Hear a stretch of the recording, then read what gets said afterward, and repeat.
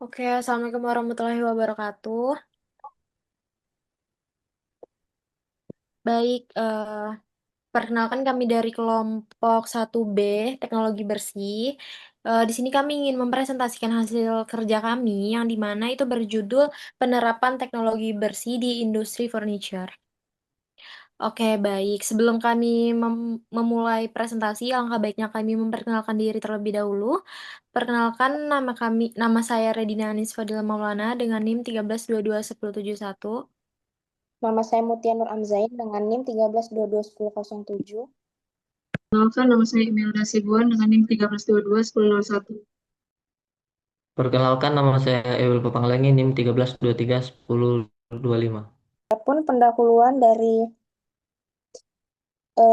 hasil tugas kami yaitu di mana industri mebel di Indonesia itu mengalami pertumbuhan yang sangat pesat.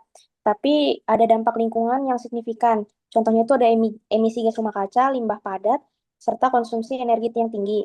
Jadi untuk mendukung produksinya, kita tuh melakukan LCA atau Life Cycle Assessment, yaitu dengan Cradle to Gate, yang dimana itu menilai dampak lingkungan dari pengadaan bahan baku hingga pengemasan. Dengan melakukan dengan software yaitu OpenLCA dengan metode EDIP 2003 menunjukkan bahwa proses prediksinya itu terutama konsumsi listrik itu eh, jadi dampak yang paling besar. Kemudian penerapan LCA juga membantu mengidentifikasi titik kritis dan merumuskan strategi efisiensi yang tinggi. Jadi penggunaan energi terbarukan serta pengelolaan limbah yang baik. Jadi adapun tujuannya itu yang pertama itu ada mengetahui dari dampak lingkungan industri mebel, mengetahui bagaimana teknologi bersih yang dapat diterapkan pada industri mebel, dan mengetahui strategi yang dapat dilakukan untuk meminimalisir dampak lingkungan dari industri mebel. Selanjutnya ada peraturan perundang-undang yang mengatur terkait teknologi bersih di Indonesia, yaitu tercantum dalam Permen LHK nomor 31 tahun 2009, itu yang mendorong produksi bersih dengan pendekatan preventif dan berkelanjutan untuk efisiensi sumber daya dan pengurangan limbah.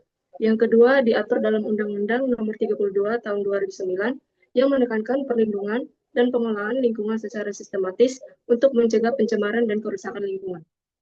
Jadi adapun dari pengertian dari teknologi atau produk bersih yaitu di mana dia berasal dari prinsip Kissinger yang berkembang sebagai penegakan industri. Yang tujuannya itu untuk mencegah pencemaran sejak awal adanya proses. Jadi itu untuk menggantikan metode penanganan limbah yang ada di akhir nanti. Jadi tujuan utamanya itu mengurangi bahan kimia berbahaya, limbah serta konsumsi energi dan untuk meningkatkan efisiensi produksi. Di mana itu strateginya seperti Good Housekeeping atau GHK dan Chemical Management atau CM yang diterapkan untuk efisiensi operasional serta pengelolaan bahan kimianya itu secara aman. Produksi bersih ini eh, menekankan pengurangan konsumsi bahan baku dan meminimalisir penggunaan penghasilan limbah serta pemanfaatan ulang bahan yang sisa. Jadi untuk membantu mengidentifikasi biaya lingkungan tersembunyi dan mendorong keputusan bisnis. Oke, kita masuk di jenis industri. Di sini kita menggunakan industri mebel, yang dimana sudah kita ketahui industri mebel itu tentunya memproduksi kursi, meja, lemari, tempat tidur yang menggunakan kayu, lem, dan cat. Nah, pada analisis kali ini dilakukan dengan menggunakan metode cradle to gate atau life cycle assessment yang mencakup produksi dan permanenan kayu hingga finishing. Nah, data konsumsi energi, bahan kimia, dan emisi analisis menggunakan software Simapro 10.1.0 untuk mengukur dampak lingkungan setiap tahap produksi. Lalu ada sebelum penerapan pada teknologi bersih. Di sini industri mebel menggunakan banyak energi dan material dengan setiap tahap produksi memberikan dampak lingkungan signifikan. Transportasi bahan baku itu menghasilkan emisi gas rumah kaca seperti CO2, CH4, dan NOx. Pengeringan kayu dan produksi utama konsumsi listrik tinggi, serta penggunaan bahan kimia berpotensi mencemari lingkungan. Limbah padat dan emisi CO2 juga dihasilkan. Nah, selain itu, sebelum teknologi bersih diterapkan, efisiensi rendah dan dampak lingkungan belum terkelola dengan baik. Next, kita masuk di gambaran umum industri. Jadi, di sini adalah PT XYZ. PT XYZ ini merupakan perusahaan furniture penting di mana perusahaan furniture itu penting dalam rantai pasok global kayu. Sebagai memproduksi berbagai mebel untuk rumah tangga, komersial, dan ekspor. produksinya ini tentu saja meliputi pemotongan, pengeringan, perakitan, pengamplasan, dan finishing dengan fokus pada desain, kekuatan, dan estetika. Lalu limbah kayu ini juga diolah kembali ya sebagai bahan bakar atau produk sampingan. Industri ini juga berkontribusi besar kepada ekonomi, namun menghadapi tantangan mutu, efisiensi, dan keberlanjutan. Nah, maka dari itu PT XYZ mengadopsi manajemen mutu, optimalisasi, dan pendekatan ramah lingkungan. Lalu ada limbah dari pengolahan. Nah, pada industri mebel ini dia menghasilkan limbah padat seperti serbuk serbuk kayu, potongan, abu. Selain itu juga ada limbah cair seperti bahan kimia finishing dan yaitu ada gas juga yang contohnya seperti debu, emisi pembakaran, VOC dan lain-lain. Yang dimana itu merupakan berpotensi mencemari lingkungan jika tidak dikelola dengan baik dan tidak tepat. Nah, limbah padat itu dapat didaur ulang, namun limbah cair dan gas itu tentunya mengandung senyawa ya, senyawa berbahaya yang itu harus diolah dan ditangani dengan tepat dan benar. Eh, Lalu analisis life cycle assessment atau LCA ini menunjukkan produksi mebel memiliki dampak lingkungan terbesar, terutama emisi CO2, limbah padat, dan pencemaran udara serta air. Next. Nah, oke, di sini kita masuk proses produksi. Nah, proses produksinya ini ada 4 ya, teman-teman. Yang pertama itu tentunya ada delivery of raw materials, yang dimana itu kayu yang diperoleh dari hutan atau pemasok lokal. Yang kedua ada pengiriman intensif mencapai 2.292,1 ton kilometer. Yang ketiga ada dampak lingkungan yang berupa emisi CO2, NOx, CH4, SO2, CO, dan PM10. Yang kedua ada proses produksi clean dry, yang dimana itu meliputi pengeringan kayu dalam ruang tertutup selama 14 hari. Lalu ada kadar air yang diturunkan dari 60% hingga ke 12%. Yang ketiga ada menggunakan limbah kayu sebagai bahan bakar 2,37 kilogram kayu, itu bisa lebih bisa kurang juga. Yang ketiga itu ada proses produksi.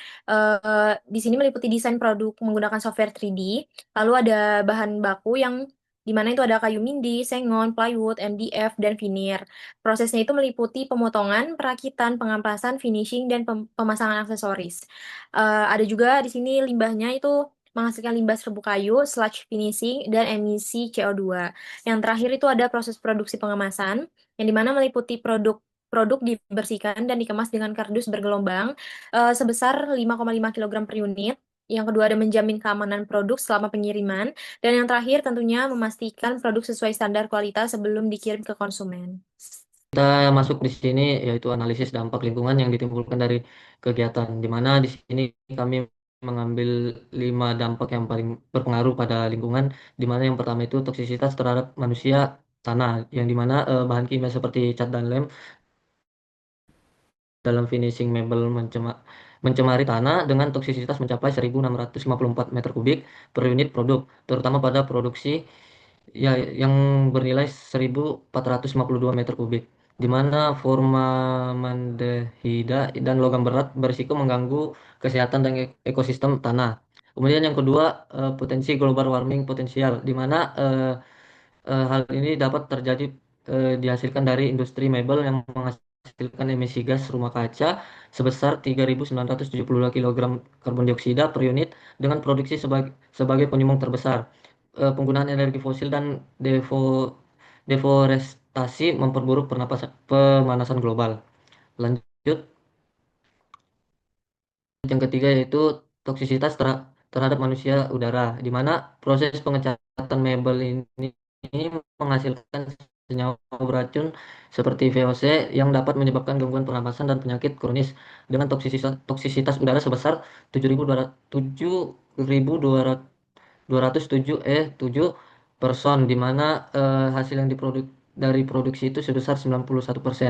Kemudian dari abu, di mana pembakaran limbah kayu menghasilkan abu beracun sebanyak 0,0466 kilogram per produk yang jika tidak dikelola dengan baik dapat mencemari tanah dan air serta merusak lingkungan sekitar pabrik. Kemudian yang terakhir yaitu eko ekotoksisitas tanah kronis, yang dimana senyawa dari cat dan pelarut terakumulasi di tanah mengganggu mikroorganisme dan kesuburan dengan ekotoksisitas mencapai 9,77 meter per kubik per unit yang terutama pada produksi. Selanjutnya ada strategis yang dapat dilakukan untuk meminimalisir dampak lingkungan. Yang pertama yaitu menggunakan kayu dari hutan lestari. yang bersertifikat FSC dan atau SPLK untuk mencegah deforestasi. Yang kedua ada mendaur ulang limbah padat jadi bahan bakar atau produk sampingan. Yang ketiga ada mengganti bahan kimia berbahaya dengan finishing berbasis air yang lebih ramah lingkungan. Selanjutnya ada kontribusi strategis terhadap target SDGs 2045, yaitu yang pertama mendukung SDGs 7 terkait energi bersih dan terjangkau. Yang kedua mendukung SDGs 6 yaitu tentang air bersih dan sanitasi. Yang ketiga mendukung SDGs 12 yaitu tentang konsumsi dan produksi yang bertanggung jawab. Dan yang keempat ada mendukung SDGs 13 yaitu tentang penanganan perubahan iklim. Selanjutnya kesimpulan. Kesimpulan yang pertama yang didapatkan yaitu industri mebel memberikan dampak lingkungan yang besar seperti pencemaran tanah, pencemaran udara, emisi gas rumah kaca, serta penurunan kualitas ekosistem akibat limbah kimia. Pengelolaan limbah yang buruk meningkatkan risiko kerusakan lingkungan, sehingga penting diterapkan teknologi bersih dan strategi untuk mengurangi limbah tersebut. Yang kedua, teknologi bersih yang relevan meliputi penggunaan kayu yang bersertifikat, pemanfaatan limbah padat sebagai bahan bakar, penggunaan bahan kimia berbahaya, maksud saya pengurangan bahan kimia berbahaya. Selanjutnya ada efisiensi energi melalui penghematan energi atau menggunakan sumber energi terbarukan yaitu dari panel surya. Yang ketiga yaitu penerapan teknologi bersih ini mendukung SDGs 2045 khususnya pada efisiensi energi dan penggunaan energi terbarukan. Pengolahan air berkelanjutan, produksi bertanggung jawab, serta pengurangan emisi limbah untuk mitigasi iklim. Untuk sarannya yaitu PTX disarankan menerapkan teknologi bersih melalui penggunaan mesin hemat energi, energi terbarukan, bahan baku kayu bersertifikat, penggunaan bahan kimia, pengurangan bahan kimia berbahaya, serta daur ulang limbah produksi.